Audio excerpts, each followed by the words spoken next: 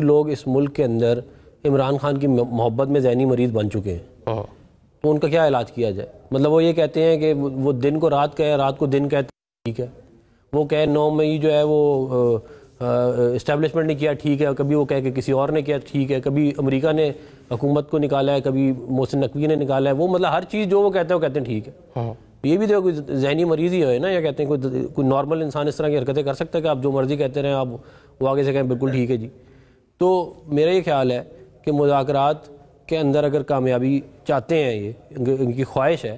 تو ان کو جو ہے وہ تھوڑا ماحول اس طرح کا رکھنا چاہیے کہ ماحول جو ہے وہ زیادہ ہیٹ اپ نہ ہوا ہو، تاکہ یہ جو فائرنگ چل رہی ہوتی ہے یہ رکی ہوئی ہو، اور پھر اس کے اندر ظاہر امید کر سکتا ہے انسان کہ شاید مذاکرات کسی ایک طرف چلے جائیں۔ ہم یہ سمجھتے ہیں کہ اگر ان مذاکرات کی بنیاد کے اوپر ملک کے اندر سیاسی استحکام آتا ہے تو یہ ایک اچھی چیز ہے، اور اس کے لیے ہم آؤٹ آف دا وے بھی جانے کے لیے تیار ہیں، لیکن اس کی نتیجے میں سیاسی استحکام آنا چاہیے، تبھی فائدہ ہے، تبھی ملک کا بھی فائدہ